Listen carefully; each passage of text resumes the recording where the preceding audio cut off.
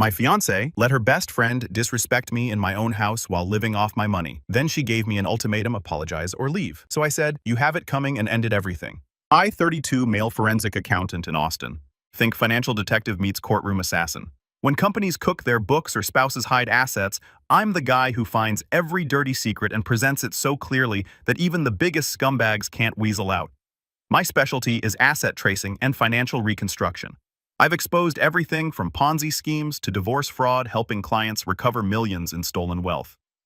The work requires patience, analysis, and absolute attention to detail. You document everything, assume nothing, and let evidence tell the story. 4 years ago, I bought a 1960s ranch in East Austin for $180,000. Classic fixer-upper that most people would run from, but I saw dollar signs. East Austin was blowing up, property values climbing fast, and this house had killer bones under decades of neglect. I dumped $47,000 and 3 years of sweat equity into that place, rewired everything. Modernized, plumbing, gutted the kitchen. Restored original hardwood, upgraded HVAC, rebuilt the master bath, spent countless weekends learning to tile. Countless evenings after 12-hour work days sanding trim by hand. The garage became my workshop. Table saw, compound miter, complete electrical setup for serious renovation work. By the time I was done, I had a $300,000 house that felt like a fortress I'd built with my own hands. That's when Valerie walked into my life. Met her at a UT Business School networking event about a year after finishing the house renovations. 28, first-year MBA, sharp as hell and hungry for success. She'd done 3 years in marketing after undergrad, realized she needed more firepower for the career she wanted, and was betting on herself with grad school. I respected that hustle. The chemistry was instant. She got my analytical mind. I was drawn to her ambition. Our conversations had substance, goals, values, the kind of real talk that separates grown-ups from college kids still figuring things out. She was studying finance concentration and claimed she wanted to understand how wealth really worked. When she mentioned that student loans were stressing her out and she was considering part-time work that would tank her grades, I made what seemed like an obvious call. Focus on school, I told her. I've got this. So I started cutting checks to UT's bursar office. $52,000 per year in tuition and fees. Not pocket change, but I was pulling serious money and believed we were building something together. Investment in her future meant investment in our future. Right? Famous final words. Anyways, 8 months in, her 2003 Camry started dying. Burning oil, transmission slipping, $2,800 repair estimate on a car worth maybe $3,500. Instead of throwing good money after bad, I took her to Honda's certified pre-owned lot. Picked out a reliable 2019 Accord with 28,000 miles, leather interior, advanced safety package. $16,200 out the door. Title in my name, insurance through my policy for efficiency. I'll pay you back once I graduate and land a good job, she promised. I believed her. More than that, I didn't care. Partners handled business together. When her lease ended, moving in together was the logical next step. She contributed what she could, maybe $600 monthly for groceries and utilities, while I handled mortgage, property taxes, insurance, and most household expenses. Set up a joint checking account for shared costs. Funded at $3,800 monthly. Clean system, zero drama about who paid what. I should have caught the subtle ownership creep in her language, though. Within 6 months, it was our house to friends, our car for errands, we're renovating the guest bath. When I was doing 100% of the work and paying 100% of the bills. Couples talk like that, so I didn't sweat it, but there was something in her tone. She'd casually mentioned to friends how successful we were, how we were building this amazing life, how we had such solid financial planning. Never mind that the financial planning was my spreadsheets and the success came from my 60-hour weeks. In her mind, my wins were already half hers, just by association. But I'm patient. I learned to observe patterns before making judgments. You collect evidence, analyze behavior, and let people show you who they really are. I had no idea that Valerie's college best friend was about to hand me all the evidence I'd ever need. His name was Miles, and he was about to teach me the most valuable lesson of my adult life. The difference between investing in someone and getting played. Miles freaking Davidson. Even typing his name makes my eye twitch, but I tried to be fair initially. Valerie's ride or die from UT undergrad, who'd supposedly held her together during some dramatic breakup with a musician ex during their senior year. According to her, Miles was the hero who rebuilt her confidence and convinced her she deserved better. The guy called himself a creative director and brand photographer. His portfolio website was all moody coffee shop photos and exactly 3 paying clients. He drove a 2007 BMW convertible that lived at the mechanic rented a $1,400 a month studio in South Austin and always seemed between major projects. The first red flag should have been his reaction when Valerie introduced us. Instead of normal pleasantries, Miles immediately sized me up like competition, asking pointed questions about my work, my income potential, and my long-term vision for the relationship. He positioned himself as Valerie's protective advisor, someone who'd guide her away from men who weren't worthy. What he lacked in success, he made up for in audacity. Specifically, his expert opinions on how Valerie was settling with me. It started subtle. I'd grab dinner. Miles would mention how her ex used to cook gourmet meals from scratch. I'd plan a San Antonio weekend. Miles would casually reference their spontaneous college road trip to Marfa. I'd buy her jewelry. Miles would joke about how corporate guys show love versus creative types. Every comment positioned me as the safe, boring provider, while establishing him as the keeper of Valerie's authentic self. He'd known her longer, understood her deeper, appreciated her real personality in ways that someone focused on practical stuff, like financial stability, never could. The worst part, Valerie ate it up completely. She'd gotten comfortable with the lifestyle I provided, but Miles kept whispering that comfort was costing her soul. He'd plant poison seeds. "You seem different lately." Or "I miss the old Valerie." Or "Are you sure this is what you want long-term?" Her maid of honor, Tara, was the other parasite, apparently convinced her job was validating whatever Valerie felt. Valerie complained about my work schedule. Tara immediately agreed I was neglectful. Miles made snide comments about my corporate mindset. Tara nodded like he'd revealed profound wisdom, and so on. They turned standard couple stuff into symptoms of deep incompatibility that only they could diagnose. But what really started making me mad was Miles's relationship with my money. His BMW was constantly broken. And I mean constantly. Power steering, cooling system, transmission, electrical. Every 6 weeks, something else died on that German money pit. Every time Miles would call Valerie panicking about repair costs and how he might lose clients without transportation, Valerie would immediately transfer cash from our joint account, the account only I funded. 400 here, 600 there, just until he's back on his feet, she'd say. "He'll pay us back when this big project comes through." The big project never came through, by the way. Miles never paid back anything, but the emergencies kept coming. His rent was apparently optional. At least 5 times in 10 months, Valerie covered his shortfall because he was between invoices or waiting for client payments with my money. I was essentially bankrolling this parasite's lifestyle while he spent his days undermining my relationship. What made it worse was Miles's attitude during these loans. No gratitude, no acknowledgement that he was being bailed out by someone else's work, just entitled expectation that Valerie would handle his problems, followed by continued criticism of my materialistic approach to life. Every time I brought up his behavior, the constant financial crisis, the disrespectful comments, his obvious resentment of our success, Valerie shut me down immediately. "He's family to me, Grant. He was there when X destroyed my confidence." That's not something you forget. That's just Miles being protective. He's struggling. Successful people lift others up. But I was noticing something else. Like my concerns were petty nonsense from someone who didn't understand loyalty the way she did. The conversation would end. Nothing would change. And Miles would keep draining our account while poisoning Valerie's head about our relationship. Here's the thing. Miles was building a case against himself, transaction by transaction, comment by comment. He just didn't know he was about to face trial. And that trial was coming faster than either of us expected. The opportunity came after I closed the biggest case of my career. Hartwell Industries had been cooking their books for 3 years, hiding nearly $4 million in losses through accounting tricks that would make Enron proud. My analysis exposed the entire scheme and helped our client recover $2.8 million in settlement. 6 months of 18-hour days living on Red Bull and takeout, basically becoming a ghost while I built an unbreakable case. The breakthrough came when I discovered Hartwell's CFO had created phantom vendors to siphon cash while inflating revenue through false invoicing. Took me 4 months to trace every transaction, cross-reference banking records, and build a timeline that proves systematic fraud. Their legal team tried discrediting my work during depositions. But spreadsheets don't lie when you know how to read them.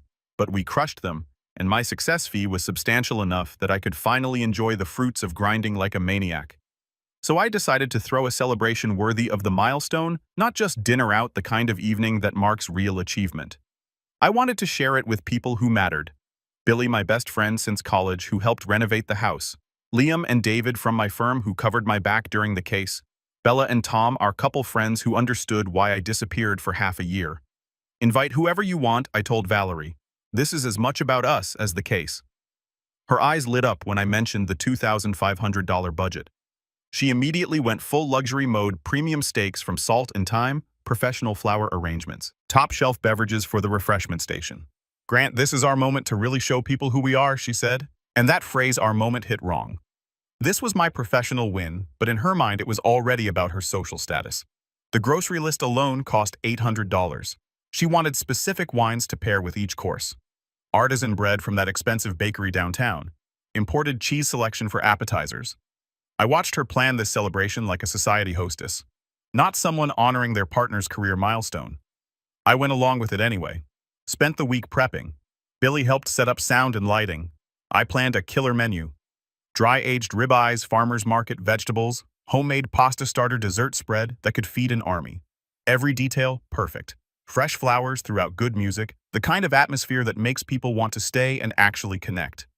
The evening started exactly right. Great friends, incredible food, everyone relaxed and having genuine fun.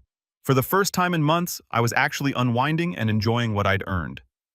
Liam was telling war stories about opposing counsel's faces when they saw our evidence.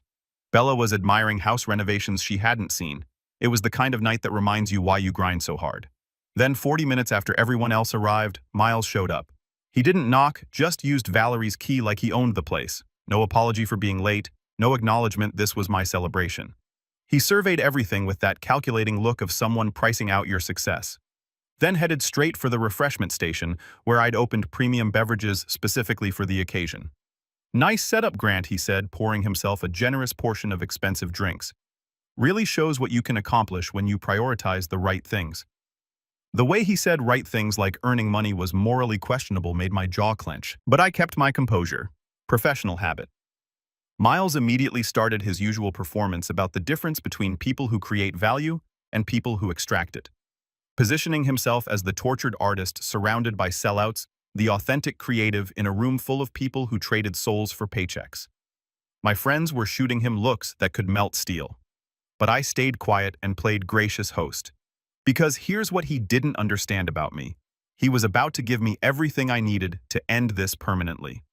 As the evening progressed, Miles got louder and more obnoxious.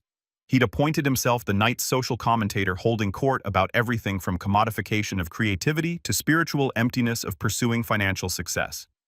Some people are driven by passion, he said, gesturing with my expensive beverages while staring directly at me.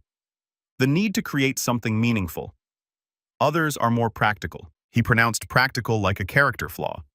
Like choosing financial stability over artistic struggle was evidence of moral bankruptcy. Billy was openly glaring. Liam had stopped pretending to listen. David looked like he was calculating how quickly he could remove Miles from the premises. But I stayed calm and let Miles keep digging. The best way to handle someone like this is giving them enough rope to hang themselves. Then Miles turned to Valerie with that fake, concerned expression that had become his signature move. I just want to make sure you're happy, Valerie. I mean, Grant's obviously a great provider. Theatrical pause, making sure everyone was listening. He's stable, reliable, and takes good care of you. Each word carefully chosen to damn with faint praise. This was about to get very interesting. Valerie's reaction. Instead of shutting him down or defending our relationship, she was nodding thoughtfully, like Miles was dropping profound wisdom about her life choices. She had this look I'd never seen before, not embarrassed by his disrespect, but genuinely considering his words like they held merit. Bella was staring at Valerie with open disgust. Tom looked confused, like he couldn't believe what he was witnessing. My colleagues from the firm, guys who'd seen me demolish hostile witnesses and depositions, were watching with professional curiosity, recognizing the setup for something spectacular. Miles must have read her silence as encouragement because he decided to go for the throat. He looked me dead in the eye, smiled that smug little smile I'd grown to hate, and delivered what he thought was his knockout punch. But let's be honest, we both know she could do way better than you. Dead silence. The only sound was the HVAC humming in the background. My friends looked like they'd witnessed murder. Valerie stared at her plate, not angry at Miles for disrespecting her fiancé, but embarrassed he'd caused a scene. Worse, I caught the tiniest nod of agreement before she looked down. Tara was actually smiling like Miles had delivered profound truth that needed saying. That's when everything crystallized with clarity. This parasitic piece of work had just disrespected me in my own home, at my own celebration, while drinking my premium beverages and living off my financial support. And my fiancée, the woman I'd invested 3 years and over $150,000 in, wasn't embarrassed by what he'd said. She was embarrassed he'd said it out loud. Well, the friendly host mask came off. Time for the forensic accountant to present his case. I set down my utensils, folded my hands, and looked directly at Miles. When I spoke, my voice was quiet, controlled, completely professional. The tone I used when eviscerating hostile witnesses. That's a fascinating assessment, Miles. I'm very interested in your methodology. What exactly does doing better look like? Please be specific. He wasn't ready for this. He'd expected anger, emotional reaction, losing my temper. Instead, I was cross-examining him like the fraud he was. Well, you know someone more on her intellectual level. Someone creative who actually understands her. I see. So the primary qualification is being creative, and I assume you see yourself fitting this description. Obviously, I understand Valerie better than anyone. I pulled out my phone and opened my banking app. Time for the evidence phase. Perfect. So, you're establishing yourself as the gold standard for what Valerie deserves. Excellent. Let's examine your qualifications using actual data instead of feelings. I felt the entire room's attention laser focus on me as I pulled up my account information. This was the moment I'd been unconsciously preparing for through months of watching this parasite drain my resources while undermining my relationship. Valerie's MBA tuition at UT, $52,000 per year for 2 years, paid directly to the bursar by me. That's $14,000 invested in her future career prospects. Her 2019 Honda Accord, $16,200 purchase price. Reliable transportation with warranty coverage titled in my name, insurance through my policy at $180 monthly. His face was changing color, but I wasn't finished building my case. Monthly household expenses averaged $4,200 over the past 18 months. Mortgage, property taxes, utilities, groceries, maintenance funded entirely by me. Joint account for discretionary spending, $3,800 monthly contribution. Again, entirely from my income. I paused, letting the numbers sink in while switching apps. Liam was nodding appreciatively. He recognized surgical precision when he saw it. Now, as the self-appointed expert on what Valerie deserves, I'm curious about your investment portfolio. What have you contributed to her future lately? Besides consistently talking down mine. That's not, he started, but I held up a hand. I'm not finished presenting evidence. Let's examine your financial relationship with my fiancé, shall we? I pulled out a small notebook. Yes, I'd been keeping records and flipped to the relevant pages. Billy was grinning because he knew exactly what was coming. The forensic accountant was about to go full forensic. Your BMW repairs documented through Venmo and our joint account. March 15th, $420 power steering. April 3rd, $380 cooling system. May 22nd, $615 transmission service. July 8th, $290 electrical diagnostics. August 19th, $540 suspension work. That's $2,245 in car repairs over 8 months, all funded through accounts I maintain. One of my friends actually snorted before covering it with a cough. Miles looked like he'd been slapped, but I wasn't done yet. Then we have your rent emergencies, June shortfall $400, August shortfall $600, October shortfall $450, November shortfall $380, December shortfall $525, additional $2,355 in temporary loans that have never been repaid. I closed the notebook and stared directly at him. The room was so quiet you could hear Bella's glass touching the table. So let me make sure I understand your position, Miles. You believe a man who's invested over $150,000 in Valerie's education, career prospects, and quality of life is somehow inferior to a man who's extracted $4,600 from her accounts while contributing nothing tangible to her future success. Have I summarized your argument accurately? He looked like a witness who'd just been eviscerated on cross-examination, which is exactly what had happened. David was trying not to laugh. Tom was shaking his head. Even Tara looked uncomfortable for the first time all evening. But the real revelation came when I looked at Valerie, genuinely curious how she'd react to having the financial reality of our relationship laid out like that. Her face cycled through emotions. She shot up from her chair so violently it scraped against the hardwood I'd refinished with my own hands. Her whole body shaking with rage, not at Miles for disrespecting me in my own home, at me for defending myself with facts. "I cannot believe you just did that," Valerie hissed, voice low and venomous. "Are you serious? You completely humiliated him in front of everyone." I remained seated, calm.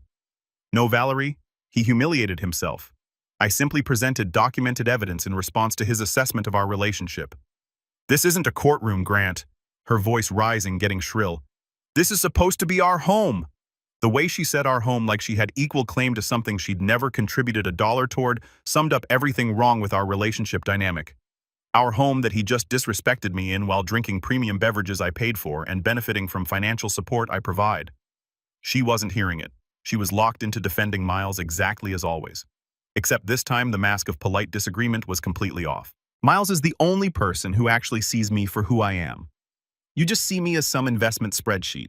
You think throwing money at everything makes you a hero? The irony was completely lost on her, furious at me for throwing money at her success while defending the guy who'd been literally taking that money for himself.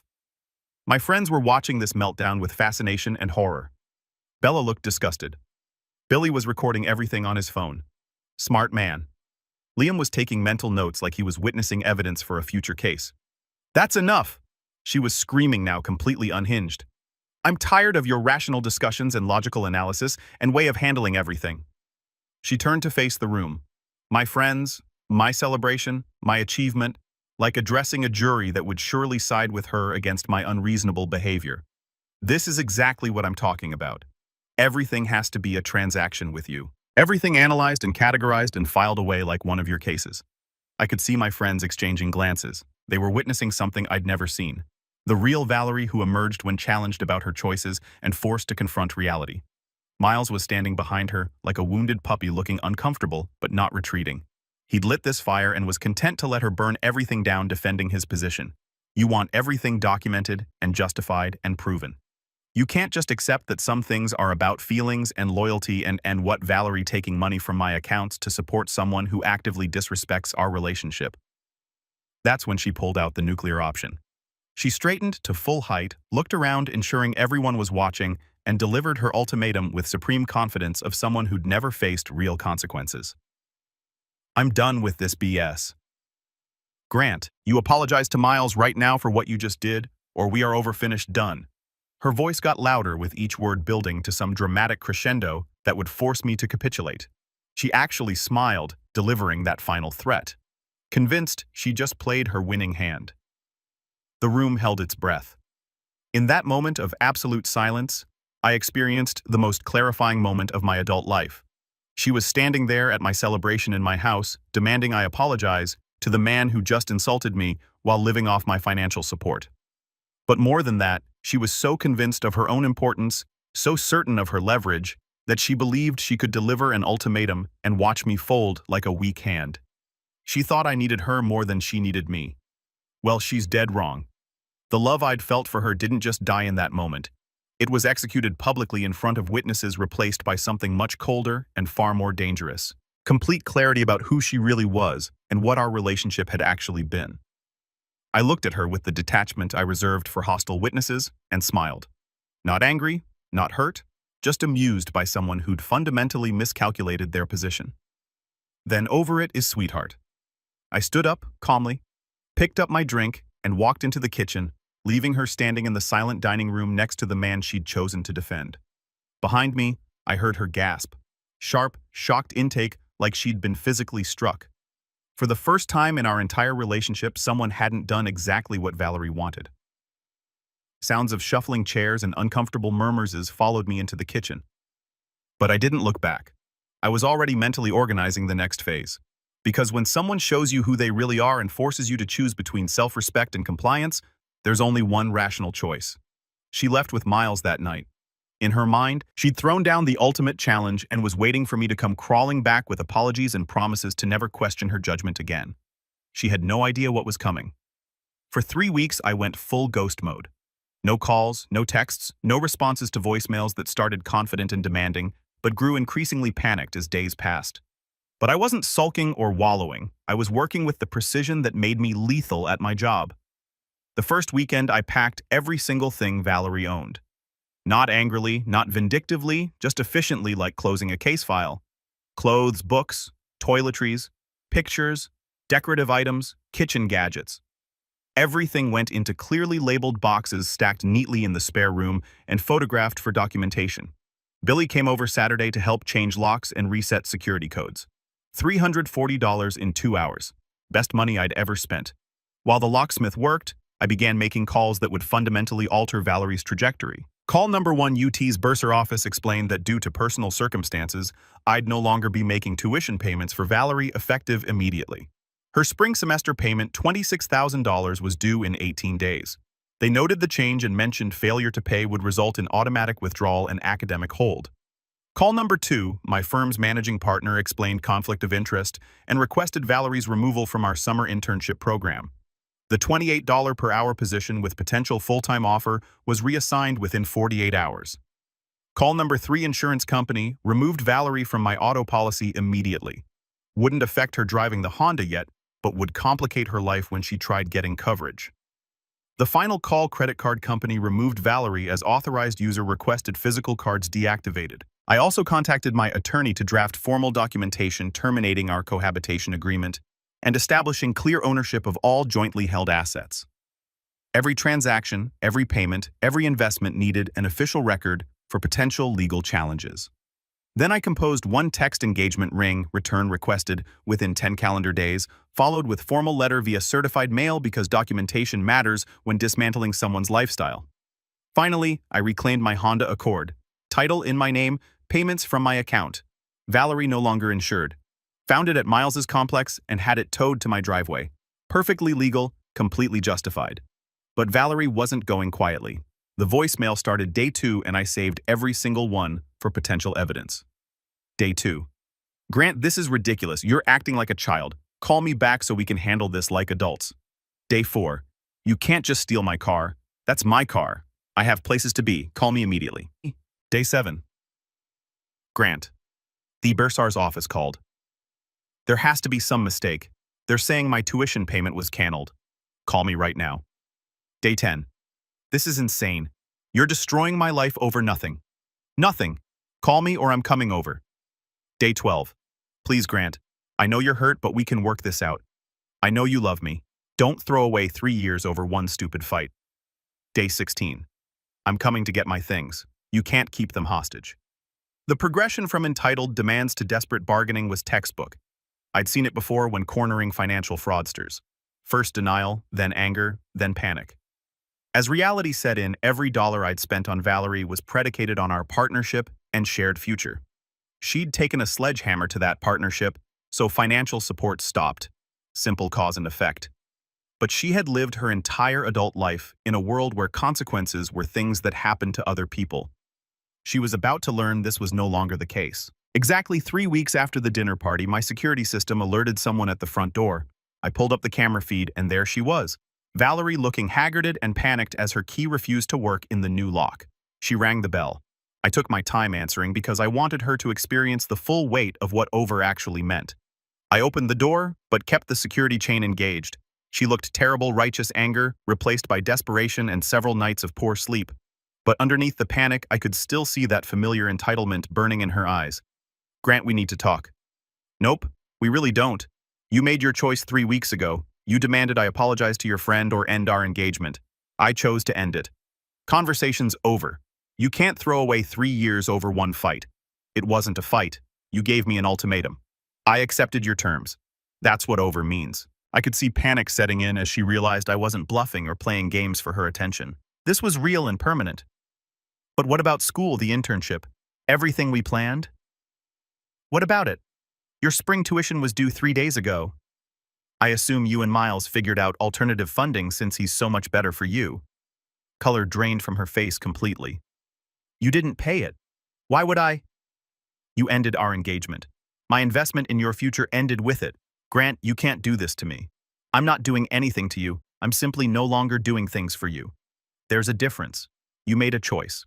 Choices have consequences. You're about to learn what those look like. I started closing the door, but she stuck her foot in the gap. What about my stuff boxed and ready for pickup? Coordinate with Billy to collect it. His number hasn't changed. Don't contact me directly again.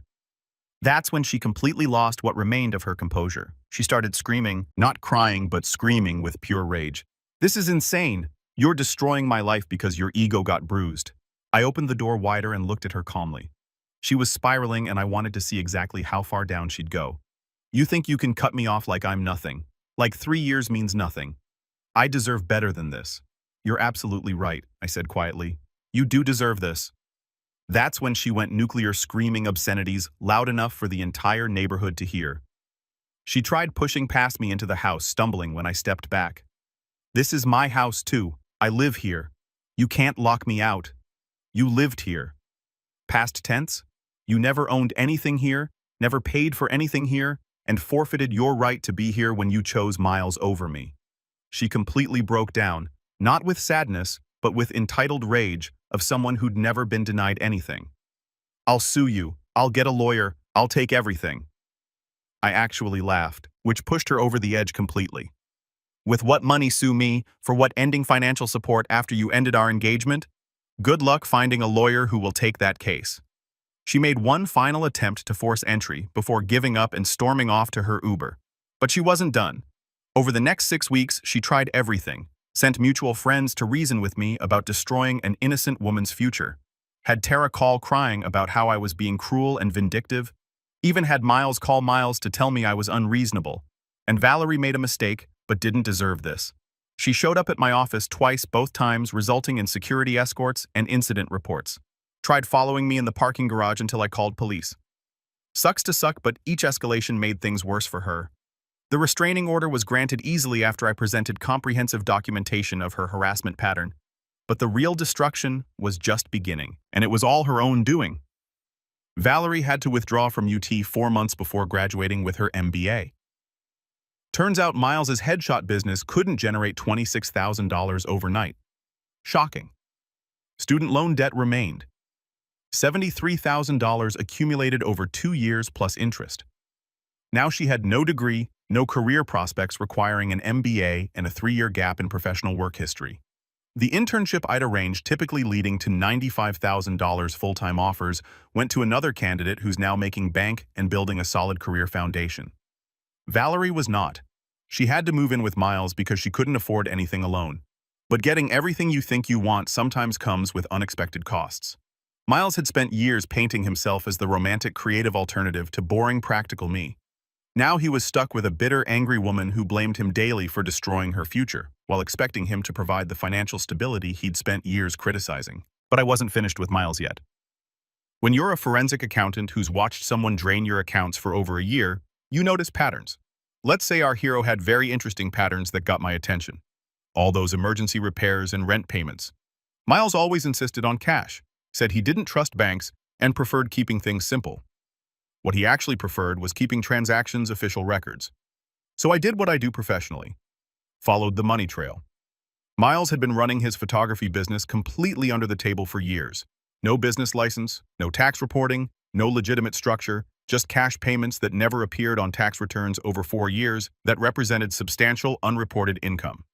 I documented everything meticulously, every cash transaction I could verify, every business expense claimed, while having no legal entity, every rental payment suggesting higher income than reported. Then compiled a comprehensive report for the IRS and Texas Comptroller. Oops.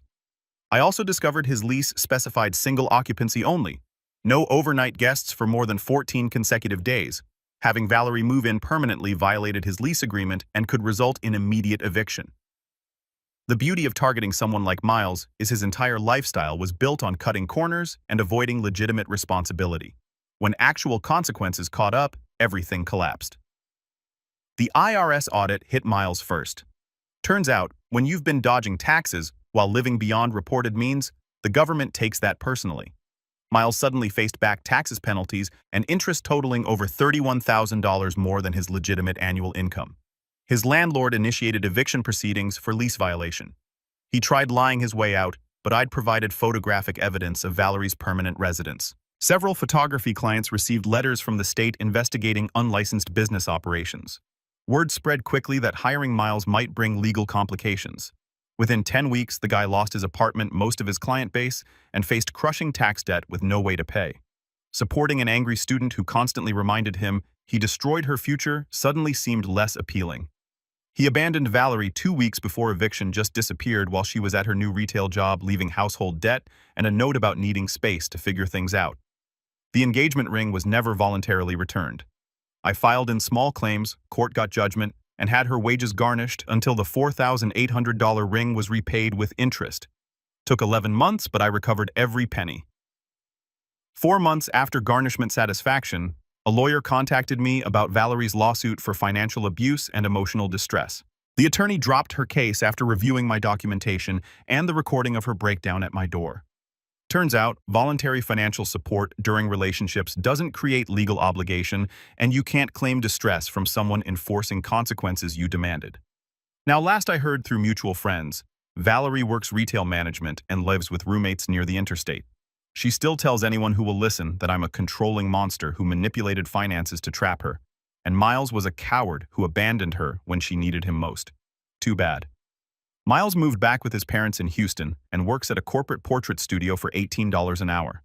Word is, he's learned to file taxes properly, avoid giving relationship advice, and think carefully before targeting someone who investigates financial fraud professionally.